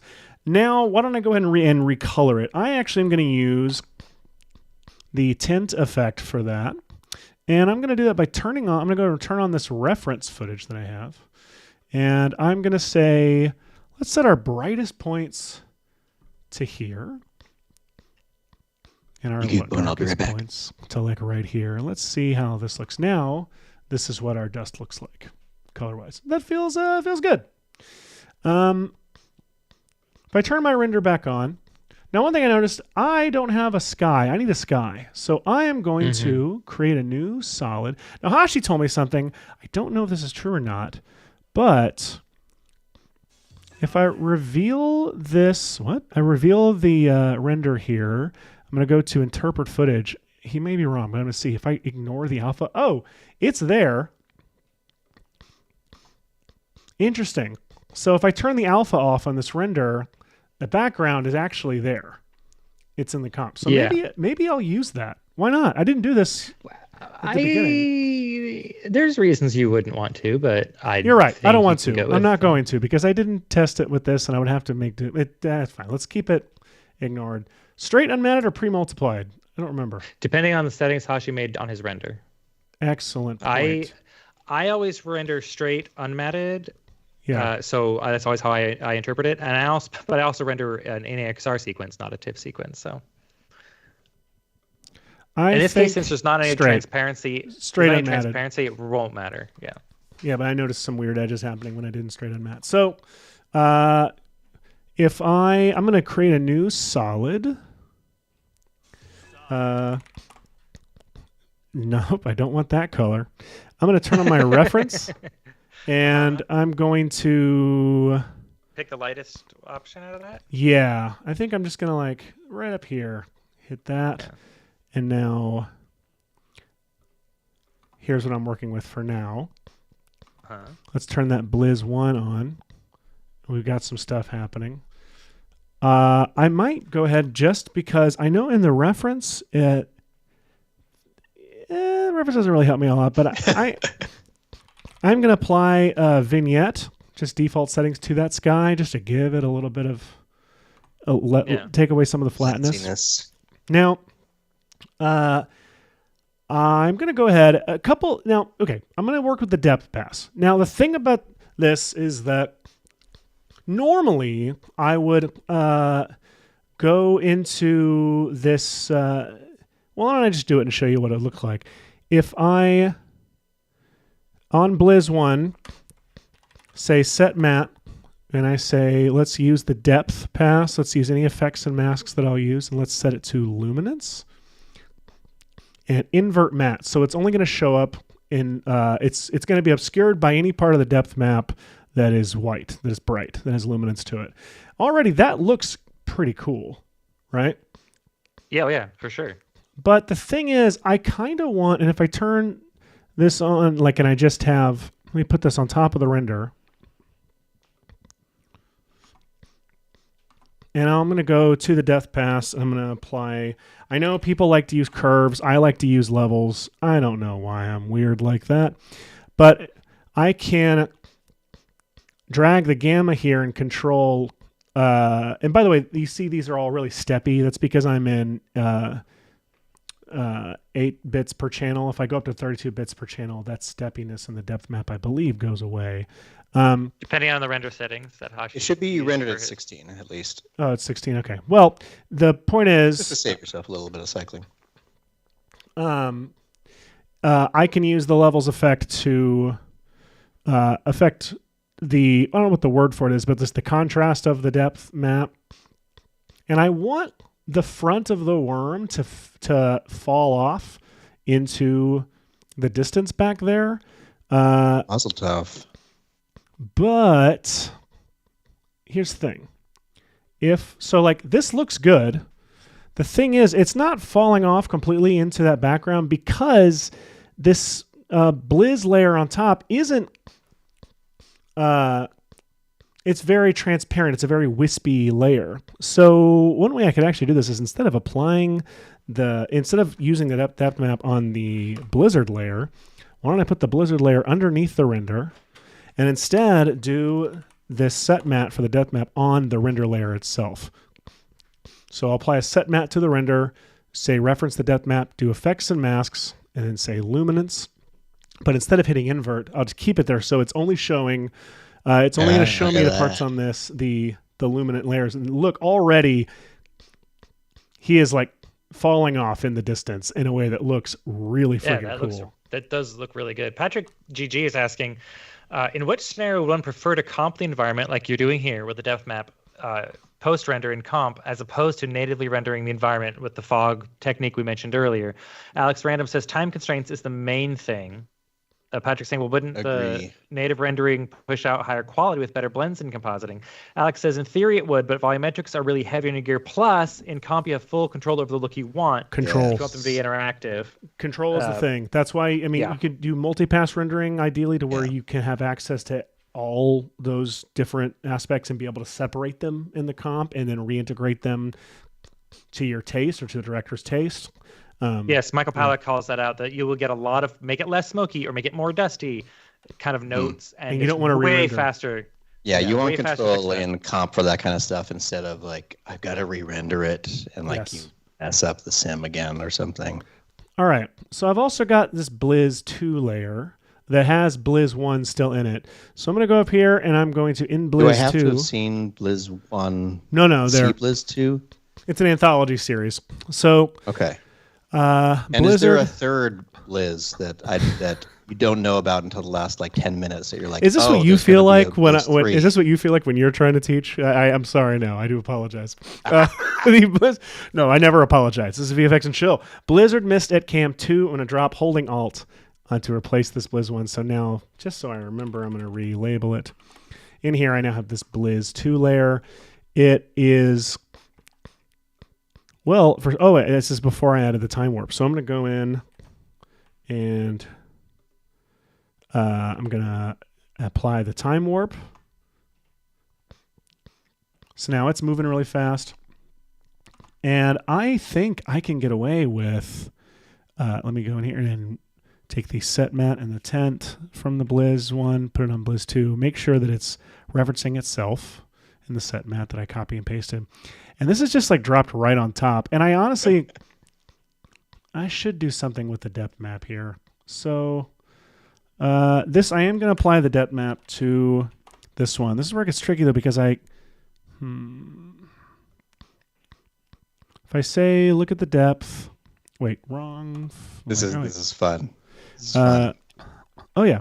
Look at the depth, effects and masks, luminance. That's not really what I want it to do. If I invert it, maybe I duplicate my depth layer. So there's depth 2, and I say reference depth 2 instead. In depth 2, I mess with the controls more. I bring a bunch of stuff up. I just bring it up a little further into the... Ooh, nice. Into here than the other one gets. It is bugging me how saturated and orange the render is right now compared to the reference. Don't worry. I know you're going to color correct it in the future. It's just I'm just calling it. I'm just hanging the lampshade on it for those in the chat who are thinking this. Hanging a lampshade, a lantern. I guess those are the same. So I'm gonna go with this for now. Now we get some fun stuff. Dust. I believe, which one is it that I love the most? Dust wave at cam or dust blast upwards? Oh, dust. Both of them actually. Let's do both. They're both great. as featured in our Mad Max intro. Oh, 100%, like repeatedly on loop. So these assets are from Production Crate, I believe. So we're using both Action VFX and Production Crate. I'm going to. I'm trying to remember what already. I did. Like, just look at this frame. It's very cool. Like, it's very cool. I'm going to go ahead and copy the tint effect that I have on the Blizzard and put it on that dustWFX cam. So I have this first one that comes up. That's awesome. That I like it opening. I like starting off in somewhat of a haze to where we can't fully see, and you'll see it'll be even hazier once I bring it into comp, or once I start getting into the what. Dust blast upwards. Why don't I drop in, paste the tint effect on that too, and drag that a little later so that comes up later on in the comp. So that's happening. In fact, I might even on that one say, because I think these are at 60 frames per second. Dust blast upwards. I'm going to go to interpret footage and say 48 frames per second. That's one of the very nice things about both of these places, the high frame rate, so you can really dial in your speed. So you can't really see that one too well, but that's okay. It's for subtlety. Another thing that I want to do is real quick, while you're doing that, Luxud is asking, are these smokes elements you're using, are they stock footage or sims? Stock footage. These are all stock footage, although both places do offer sims as well. But these collections we're currently using are stock footage. Yes, 100%. I also then want to do a camera shake, and I have a little button over here that I made that automatically adds this, but I'll do it by hand. So I'll do a new adjustment layer, title it Shake, and I'm going to apply Universe Camera Shake. And I like to start with the preset. So I'm going to do two layers of camera shake. I might just do one on this one. We did a profile version in prep that I did 2 camera shakes. One that was like a bigger, like handheld shake that was more like this, and then what I want is like more of a this, like a blah, blah, blah, blah, like a, we've talked about this on the show before, like a jitter. And there's one in here called car mount that is great, and the shake controls on that are it's shaking at an amplitude of 10 on the Y, but 0.1 on the X. So it's more of a vertical shake. So let me just turn on this render layer and the shake layer so you can see it. Let me turn on motion blur in the camera shake. And now you can see it's giving this really great, very, very subtle. In fact, too subtle. I almost want to see if maybe I set it to 20 and it's shaking on the vertical. I might even do 20 on the X on this one too, guys. What? So that's pretty great. And if I'm doing that much, I am going to scale in maybe 110. So now that's looking pretty great, that amount of shake. So let's go with that for now. And I mean, already, even without moving to our magic thing we're going to get to in a second. Uh-oh, I triggered another drop, probably. Or maybe I didn't. I turned it off. Okay. One little thing I'm going to do. Well, no, I think I'm ready. I think we're ready. Let's go. We're ready. I'm going to click the sky. Blizz 1, render, Blizz 2, dustWFX cam, dust blast upwards, and not shake. I'm going to go to effect. Oh, I'm so excited. RGVFX, Supercomp.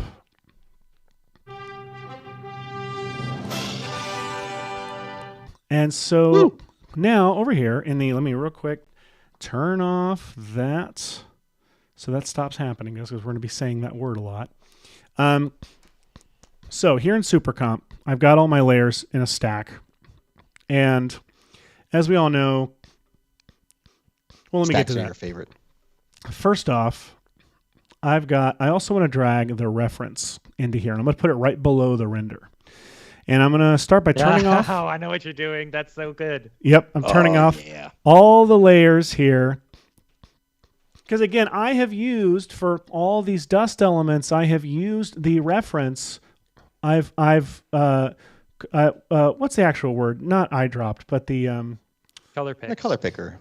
Yeah, I've color picked from this reference for all the recoloring of the dust. So why wouldn't I also reference it for the actual render? So I'm going to have first real quick. This is Why important. wouldn't? Well, I'm gonna do this and show you what could go wrong here. I'm gonna apply color correction by clicking the little plus button and then clicking color correction to apply here to the render layer. And I'm gonna click match background, but it's gonna be weird first, or it's not. It was for me.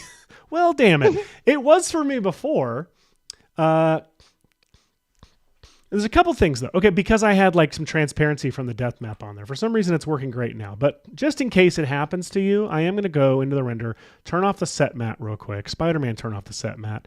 I'm also going to go to the reference. The thing is, so just to explain for those of you who aren't familiar, when you click match background, the layer that this color correction effect is applied to is going to pull your black levels, like your black point, gray point, and white point from anything that's visible below it. That's why I have only the reference visible below it. And so it's going to pull the like highs, mids, and lows. It's going to read those and then adjust the color of that render layer to match these. Keeping that in mind, it's only going to pull from any pixels that are below any visible part of your render. So on this render, it goes all the way to the bottom of frame. But the thing is, you know what's on the bottom of frame on the reference is these black letterboxes that are solid black. I don't want that affecting the recoloring. Sure, man. I don't want that affecting the recoloring of the shot. So I'm going to just apply a mask to the reference that just masks the actual shot and doesn't have any of the letterboxing in there. So I'll turn this back on, go to color correction, I'll click match background, and now it's... And there it goes, much closer. Look at that. That freaking looks looks great. At that. So I turn my reference off, and let's just start turning things back on. Turn my sky back on. Oh my God, I'm so excited. Blizz 1 back on. Blizz 2, Dust Wave, and Dust Blast. Already this is looking pretty cool. Notice that when I did all this stuff and applied this stuff, Supercomp, with all this stuff, it moved all layers below the Supercomp layer on the top, including the shake adjustment layer that I had made that I did not apply to Supercomp. I'm just going to make sure I drag that right back. And it's good to just monitor whenever you're adding stuff into Supercomp going forward. Every now and then go here and check and make sure Supercomp didn't accidentally move any layers below your Supercomp layer. So I'm going to turn off the shake though, because I want to be able to see. I don't want the motion blur messing with how this all looks. So let's turn some stuff back off again because I want to do various different things. First off, I want to make sure I go back to my... Before you get too far, yeah. There's another request from the chat. Chris Zinner is saying, can you go full screen with After Effects? Not that it's not nice to see you guys, but the resolution ... Is this the same person as last week? I can't this week. Different I'll person. work on trying to find a full screen layout that looked good. The problem is we always end up blocking elements and layers, and I have to create automation to move us out of the way. And this became the most low maintenance way to be able to show you the screen, but also have us be visible on screen because we're important. So I'm sorry, I can't go any bigger. You just gotta, look closer at your screen. Just get in real. Instead of saying all of that stuff, you have one button that you could have just pushed to answer it. I could have. What could I have pushed? Oh no! I forgot I have that. I forgot I made that. No. Okay, Yeah, thanks, Michael. I sorry, really got to Chris. give you controls to these. We'll try next week, Chris. So, is there a way to make this bigger? Not by me. So, all right. Going back in here,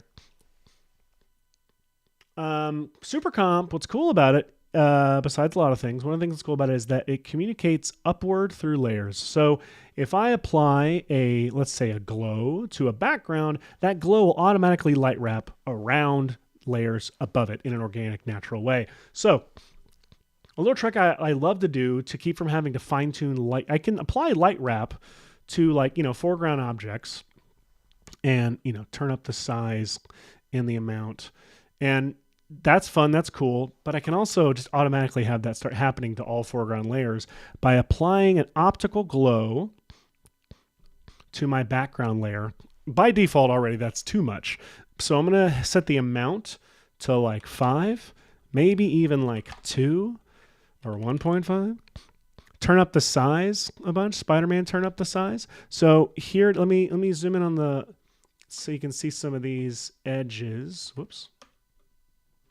And if I turn the optical glow off and back on, obviously it's making the background brighter, but it's also wrapping some glow around these foreground elements in a nice organic way. And we'll start to see that as I start to turn some things back on. So let's turn Blizz 1 back on.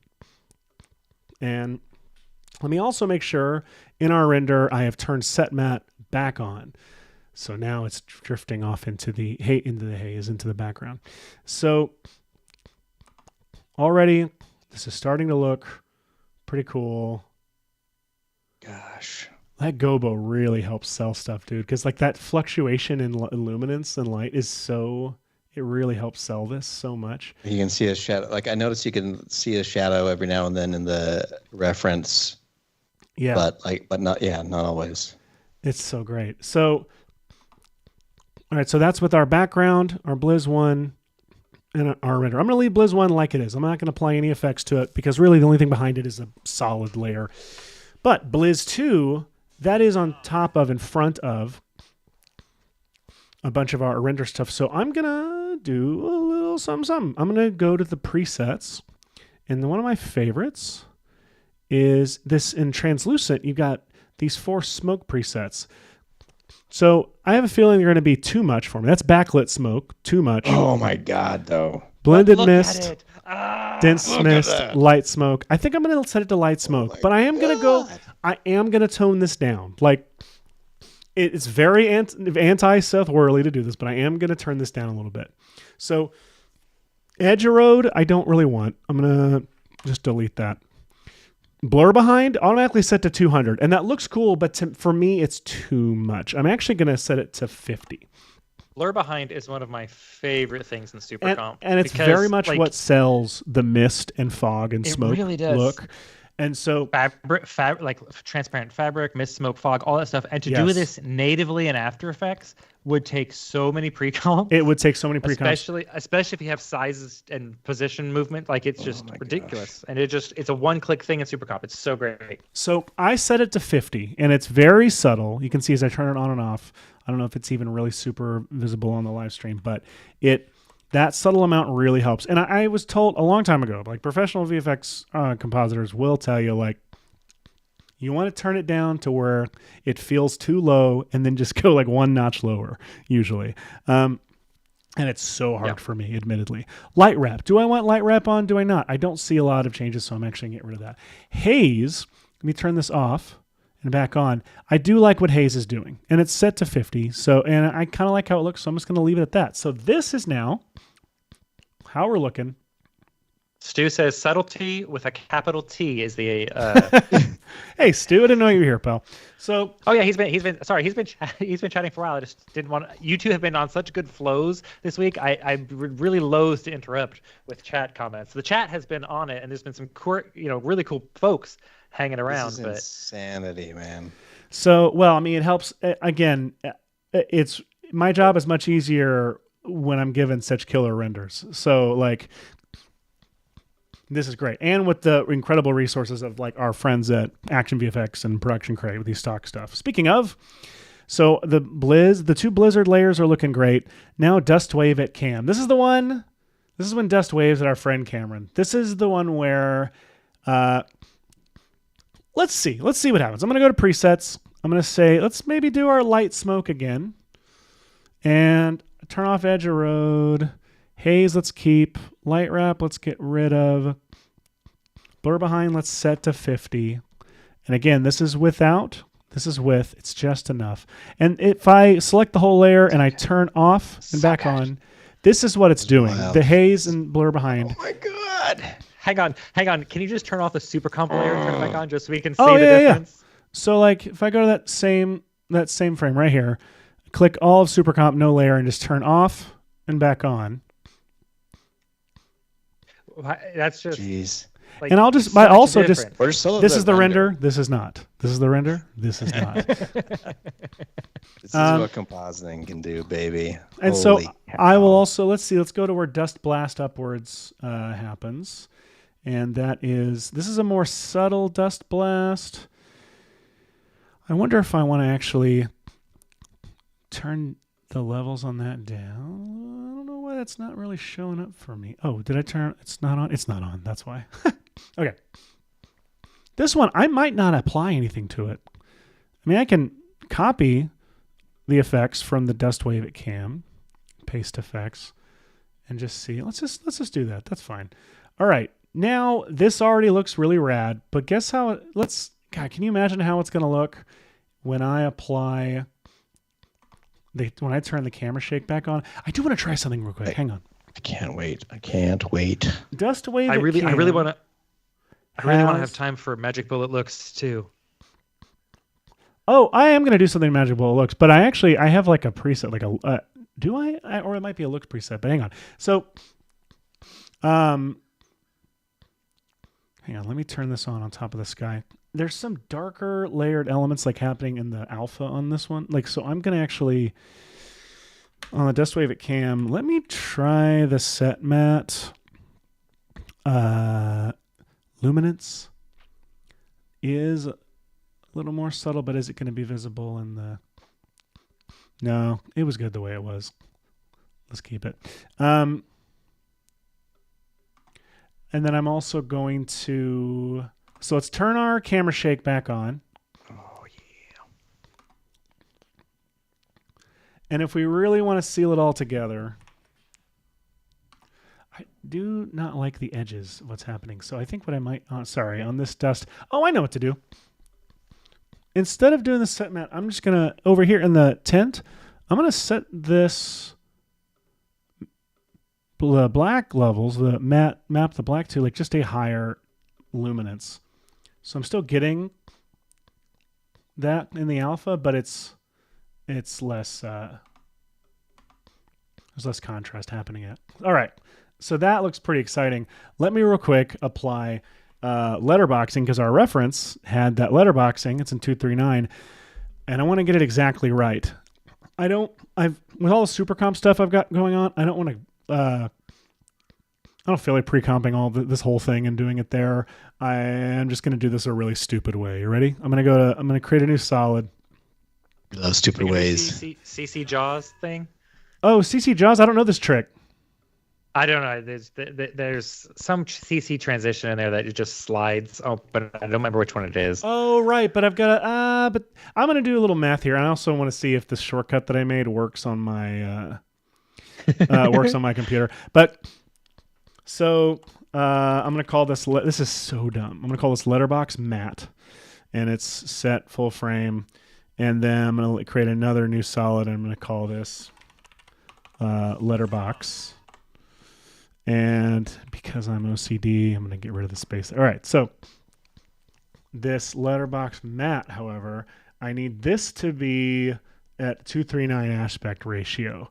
And I don't know that off the top of my head. So let me see if I say aspect. Will you automatically do my aspect shortcut? You won't. All right. I have it on my phone. And this is a shortcut I made to where I can just tell it, okay, I want the aspect ratio 239 to 1. And it says, okay, well, which do you want to start with, the width or the height? I know for a fact it needs to be 1920 wide. So I'm going to say the width. And then enter width is 1920. And then it's going to kick out what the height should be. And in this case, it's 803.35. I feel like Patrick GG in the chat was called the 808, which is much cooler because the base. 808 might actually be 235. This is 239, but whatever. So great. I've got the opposite of what I need. So I'm going to turn this letterbox back on and just go to track matte and then invert it. And now I've got my letterbox. This is such a stupid way to do it. There's absolutely easier ways to do this, but now we've got our shot. One last thing I want to do. Layer, new solid. No, not new solid, layer new adjustment layer. I'm going to call this one looks. And I'm going to make Put sure it I under move the, yeah. below my letterbox, not on top, because I'm not an animal. I'm going to apply looks, and I'm going to go in, click edit. And now there's some fun things I can do. Do I have reference from Dune right here in the reference library? Like, yeah, I do. And I could do all kinds of things in here. Like I could, if I wanted to, I mean, it'd be weird to do it here because there's so few colors happening in here, but I can go into channel mixer. I like to do, this is how I like to color match a lot, is to use the channel mixer in looks and just like split screen it with some reference and move stuff around until it starts to look the same. But I mean, look, that kind of matches, and I can turn it off and back on. Not a huge difference. Are you going to use color remap? I can also do color remap, but again, that's not really what I'm looking like. I know. I just wanted to call it out that it's really fun. You can say, I want this color to be this color. Gets a little weird, but it gets weird because I misuse it, not because it's weird. It's very useful on other things. All right. I happened to just find when I was working on this that, like, let me get rid of the reference library because now we're no longer really working. We don't need to work in the area of making it match perfectly. Let's just make it look cool. I think I really like the look of these color film stock presets and looks. The one I landed on last time, I feel like was one of these Fujis. Maybe it was a Kodak. Fujis are great. It was probably this Fuji Eterna 500T. And let me just say okay. And now it's coming in with grain and the recoloring that I want. And look at that freaking shot.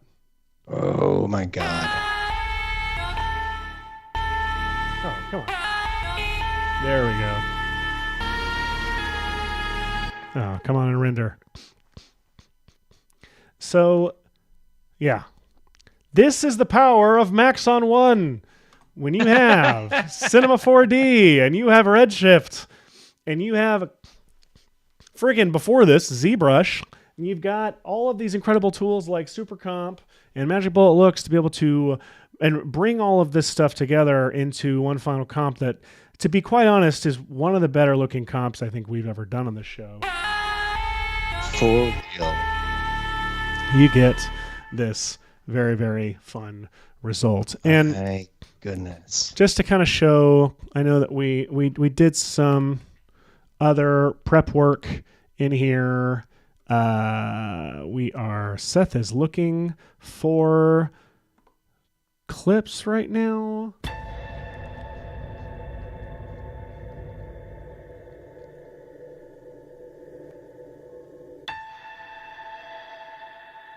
Oh, well, I forgot it was personalized to you. I've got all these renders from yesterday that if we look at them, you've got Ride 1 VO2. Oh, here's a profile one that we did that looks pretty fun. We've got, this is our Ride 2 that we did yesterday that looks, I did have more camera shake going on, so I definitely would turn that back up.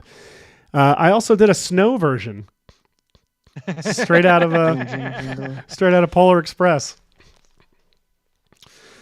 But yeah, so that's how you do it. Jimmy started saying, "Hey, did you map the Dune tune on your keyboard? They thought you were just scrubbing the sound." Oh yeah, no. This is Can we see my This is Yeah, no canned music for us. Yeah, he's performing live.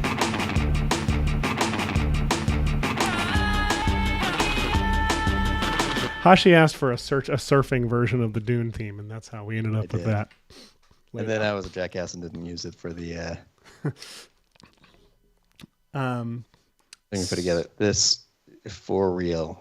My goodness. So yeah, this is how we do it. Wish I had prepared that. Anything we want to talk about before we go? Couple of things that we could talk about. Mickey 17 is out in theaters this weekend, so you should probably go check that out. And if you're interested in Mickey 17 and the VFX from it, we did a two-part. We did two videos on it, two streams on it. I mean, VFX and Chill.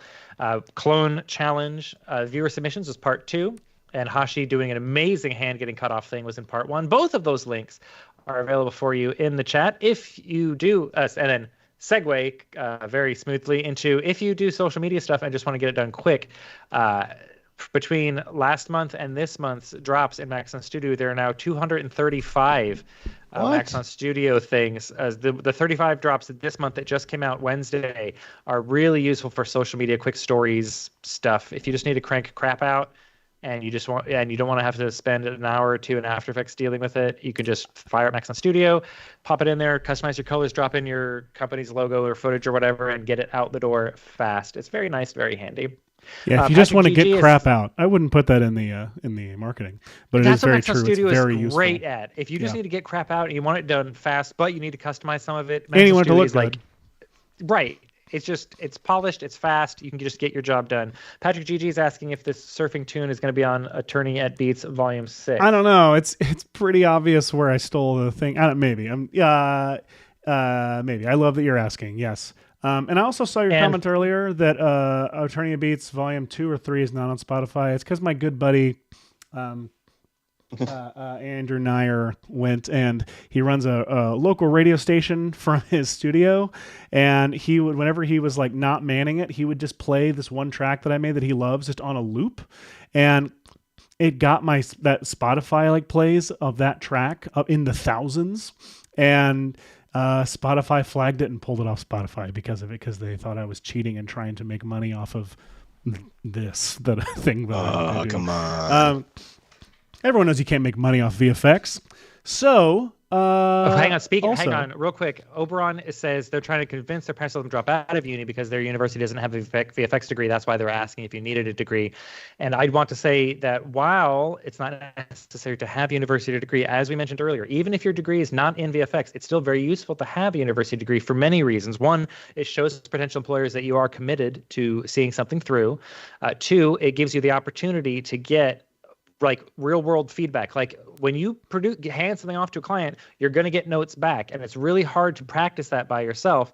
And when you're going into university, even if it's not VFX related, just graphic design or whatever you're working on, getting those kind of notes back from your professor or your classmates or whatever, and learning how to deal with feedback on what you thought was great is almost invaluable. Plus the opportunity to work in a team that you get from university, and just the connections that you make with other students and faculty can be very useful for you later on. So just because your university is not teaching VFX and you want to do VFX doesn't mean you dropping out is the right choice for you. It could be the right choice, but it might not. And I want you to have that perspective as well before you go.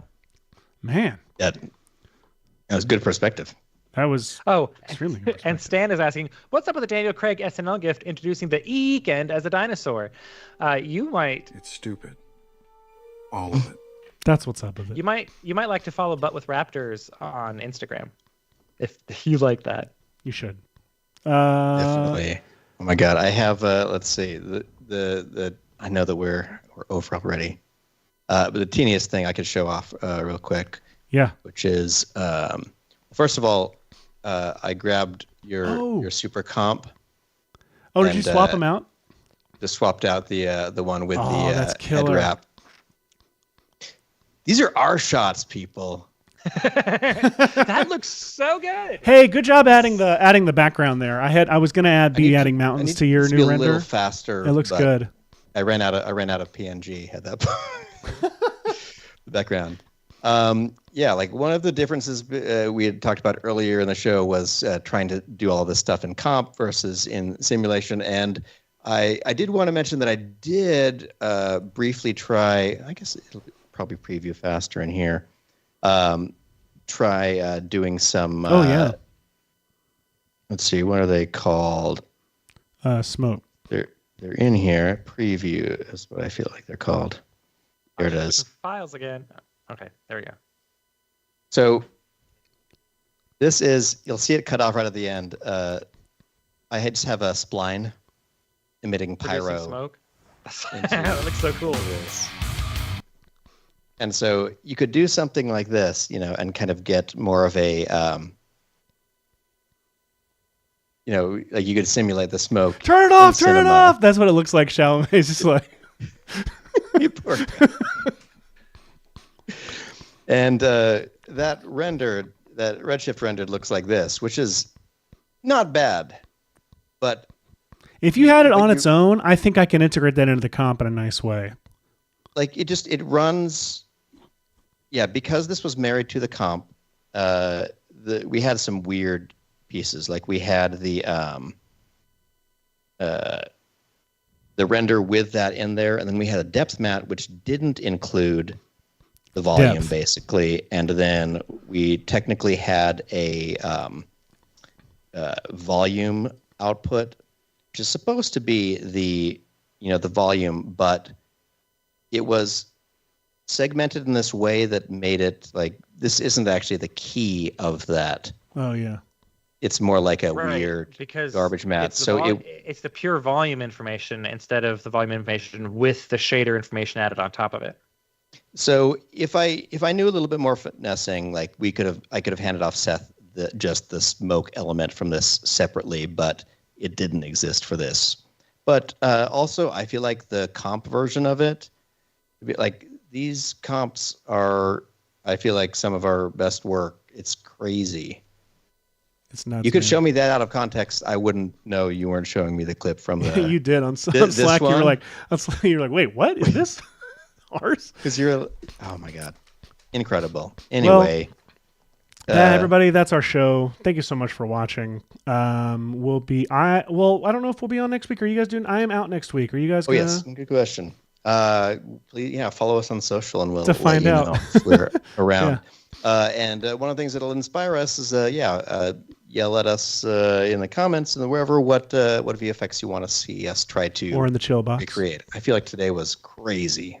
Yeah, crazy. Very good. Hit us up in the chill box. Also, make sure you're liking and subscribing youtube.com/@VFX and chill, and any other channel you happen to find VFX and chill on. Just go ahead and follow it. Follow it, man. Follow it, and go buy Maxon One. Just do it. Do it now. Goodbye.